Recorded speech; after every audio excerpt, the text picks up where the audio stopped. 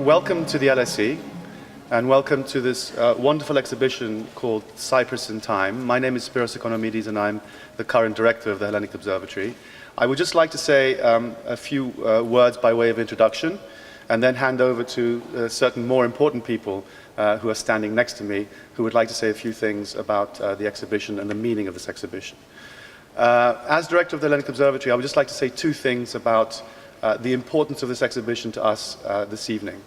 Firstly, it's part of our 20th anniversary series of events, both here in London and in Greece and Cyprus. It's very important to us that we managed to celebrate our 20th anniversary as an independent research unit here at the LSE with both cultural events like this and also, of course, our more standard academic fair, conferences, workshops, and other meetings.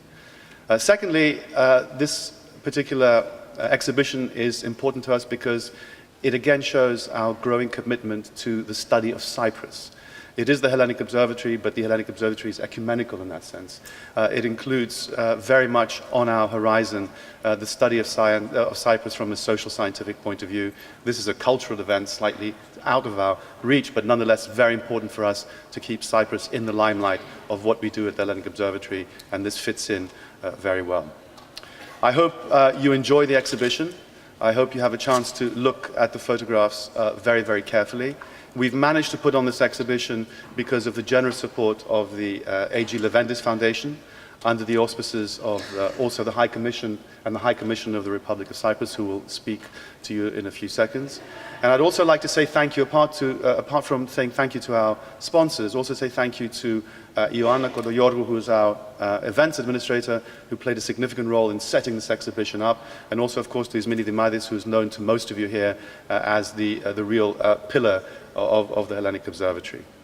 I would like to hand over now to the High Commissioner, Evripidis Evriviadis, who is going to say a few words himself, and then afterwards invite the person who's most responsible for this exhibition, whom I also would like you to give a really warm welcome to at the end of my remarks, who will then say a few words about the meaning of this exhibition and why it may be or not be important that it's actually taking place here at the LSE. If you wish to come back and see this exhibition again, it's going to be on for a full month. So you can't escape it that easily. We want to see you here again. Welcome and thank you very much. High Commissioner. I'm very cognizant of the fact that I am the obstacle between you and the main menu, which is Antigoni. And also cognizant of the fact that a short speech moves the hearts, but a long speech moves chairs. So I have confined my remarks to exactly 57 minutes. Okay. And of course, I'm delighted to be here with you to this photographic exhibition, even more so to share with you the images from our beloved homeland, Cyprus. This event, as it has been said, is part of the celebrations marking the 20th anniversary of the Hellenic Observatory, which is an integral part of the European Institute at the LSE. Established in 1996, the observatory is internationally recognized, I cannot stress it enough, as one of the premier research centers on contemporary Greece, and since 2011 on Cyprus as well, relating both countries to the rest of the EU and to the Southeastern Europe. The main focus of the observatory has been expressed in a range of activities such as developing and supporting academic and policy-related research, organization of conferences, seminars, workshops, and exhibits like these.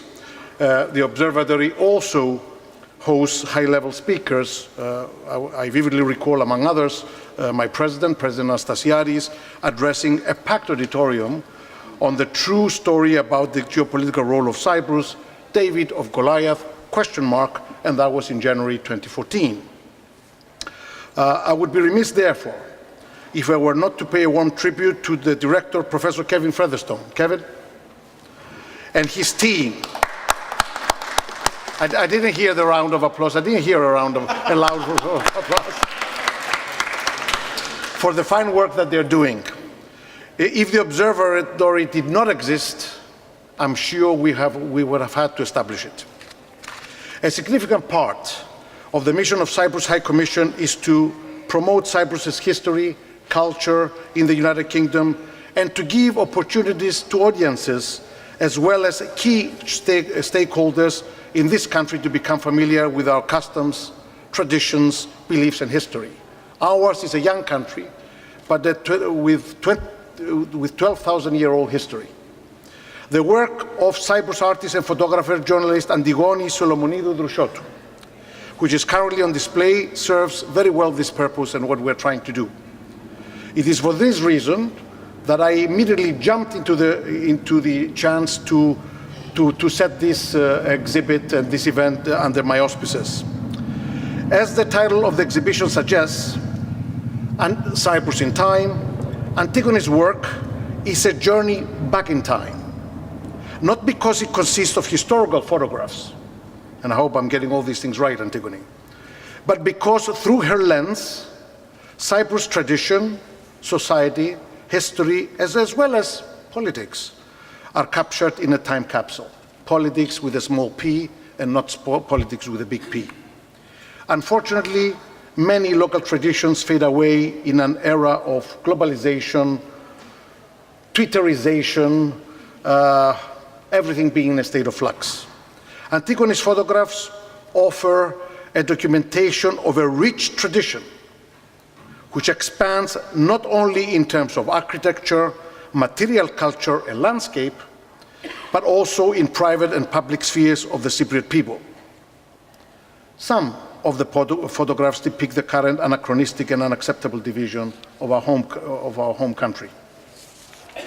Through her artistic perspectives, Antigoni provides an opportunity to appreciate the soft power that comes through culture as an agent which can facilitate the resolution of problems through increasing awareness, historical memory, self-reflexivity, with a view of understanding and accepting our identity as Cypriots and not as hyphenated Cypriots. I strongly believe that individuals and collective awareness is perhaps the first and foremost important step in a long process of finding solutions to complicated political problems, and cultural diplomacy can certainly play a huge part and a significant role in this. It has been said that a picture is worth 1,000 words. Antigoni could have easily produced here 1,000 pictures depicting one concept and depicting one word: Cyprus.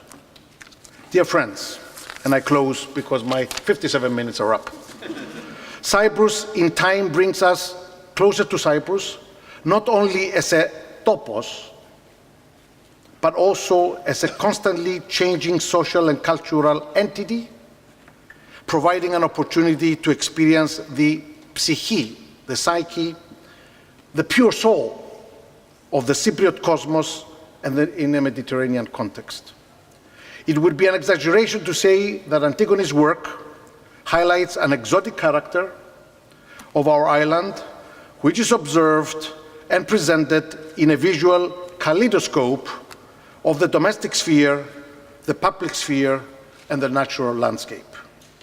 Thus, her camera literally becomes an instrument which teaches people how to see things without a camera. To use the words of the renowned documentary photographer Dorothea Lange. I hope you will enjoy this exhibition. Thank you for honoring us with your presence. Thank you for honoring LSE 20th anniversary of the Hellenic Observatory. God bless, health, happiness, prosperity, and to each and every one of you. Thank you. Cyprus in Time, my black and white photos, fragments of years exploring and observing Cyprus in both sides, in all its elements, humble and brilliant together. Moments simply yet unique, modest yet impressive, frozen in a snap, registering people, landscapes, moments in time, moments in life. Mountain outlines descending into the sea, path ascending hills and summit reaching seamlessly the open horizons of the blue cloudless skies. The old column-like windmill of my garden in Agios Lukas, churches leaning on mosque, ancient remnants and modern people, strikingly similar and at the same time so different. The midless of history, the scars of division and forceful separation, the resilience in adversity. A blend of feelings from the past projecting into the future.